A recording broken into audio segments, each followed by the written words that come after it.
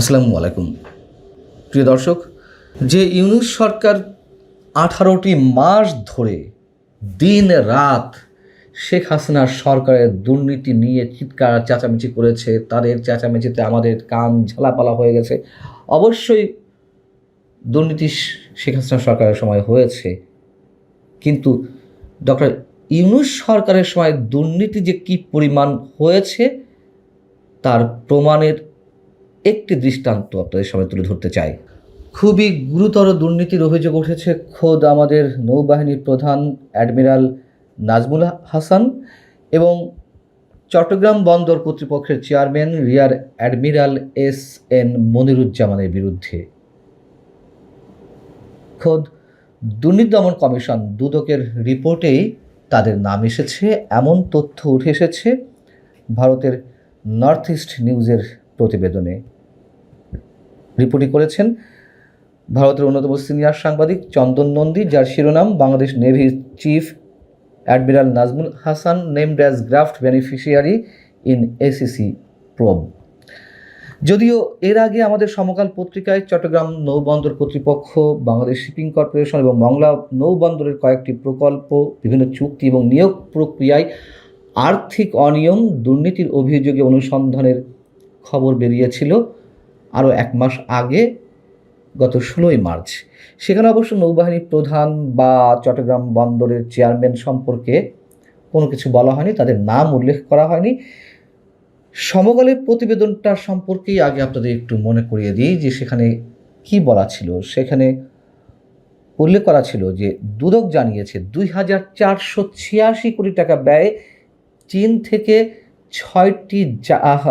ছয়টি জাহাজ ক্রয়ের জন্য বাংলাদেশ শিপিং কর্পোরেশন সিদ্ধান্ত নিয়ে পরে ওই টাকাতেই 4টি জাহাজ কেনে। বড় অঙ্কের এই কেনাকাটায় রাষ্ট্রের প্রায় 486 কোটি টাকার আর্থিক ক্ষতি হয়েছে। শিপিং কর্পোরেশন বিগত দিনে দীর্ঘমেয়াদী অপরিশোধিত তেল পরিবহনে একটি চুক্তি সম্পাদন করেছিল, যেখানে বাজার মূল্যের তুলনায় প্রতি মেট্রিক টনে অতিরিক্ত $30 থেকে $40 পরিশোধের তথ্য পাওয়া যায়। আর এর ফলে বছরে কয়েকশো কোটি টাকা অতিরিক্ত ব্যয় হয়েছে বাংলাদেশ সরকারের। আরেকটা প্রতিবেদন থেকে জানা যায় যে চট্টগ্রাম বন্দর কর্তৃপক্ষের শীর্ষ পদের নিয়োগ প্রক্রিয়াতেও উল্লেখযোগ্য অঙ্কের আর্থিক অনিয়মের ঘটনা ঘটেছে। এক্ষেত্রে আর্থিক লেনদেন ও প্রকল্পসমূহের সূত্র বিশ্লেষণ করা হলে একটি সংস্থার শীর্ষ পর্যায়ের একাধিক দায়িত্বশীল কর্মকর্তার নাম আলোচনায় আসে। এসব প্রকল্প ও চুক্তি থেকে দুর্নীতির মাধ্যমে অর্জিত অর্থে নামে বেনামে সম্পদ ক্রয় এবং বিদেশে পাচার করা হয়েছে। এখানে যুক্তরাষ্ট্রের আটলান্টা শহরে মুকুল কনস্ট্রাকশন নামের একটি প্রতিষ্ঠানের মাধ্যমে দেশটিতে ফ্ল্যাট বাড়ি ক্রয়ের নির্দিষ্ট অভিযোগের কথা জানানো হয় দুদকের রেফারেন্স দিয়ে। এবং একই সঙ্গে ওই প্রতিবেদনে বলা হয়েছিল যে গত বছর অর্থাৎ 2025 সালের 14ই আগস্ট মংলা বন্দর কর্তৃপক্ষের সঙ্গে সমঝোতা স্মারক স্বাক্ষরের মাধ্যমে চ্যানেল সংরক্ষণ ড্রেজিং শীর্ষক একটি বৃহৎ প্রকল্প গ্রহণ করা হয়। ওই প্রকল্পের কাজ বিভিন্ন প্রতিষ্ঠানের মধ্যে বন্টনের ক্ষেত্রে অবৈধ আর্থিক লেনদেন সংঘটিত হয় এবং এসবের সঙ্গে সংশ্লিষ্ট ব্যক্তিবর্গ তাদের পরিবারের সদস্যদের মাধ্যমে যুক্তরাষ্ট্রসহ বিভিন্ন দেশে উচ্চ মূল্যের স্থাবর সম্পদ ক্রয়, শিক্ষায় ব্যয় এবং দীর্ঘমেয়াদী বসবাসের প্রস্তুতি গ্রহণ করেছেন।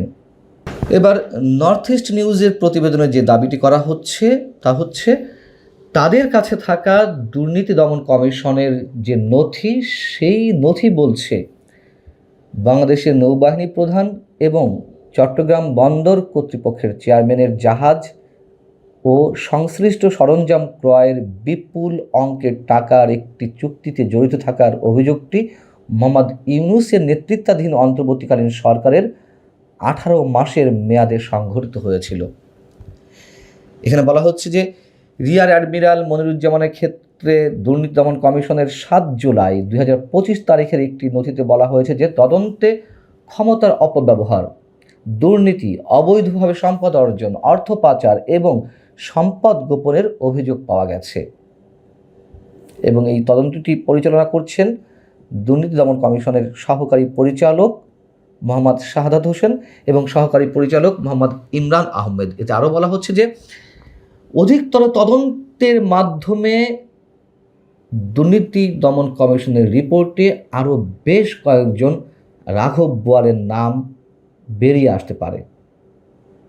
নর্থ ইস্ট নিউজ দাবি করছে, দুদকের রিপোর্টে বলা হয়েছে চট্টগ্রাম বন্দরের চেয়ারম্যান রিয়ার অ্যাডমিরাল মনিরুজ্জামান চীন থেকে ক্রেন ক্রয় সংক্রান্ত একটি বড় প্রকল্পে জড়িত ছিলেন।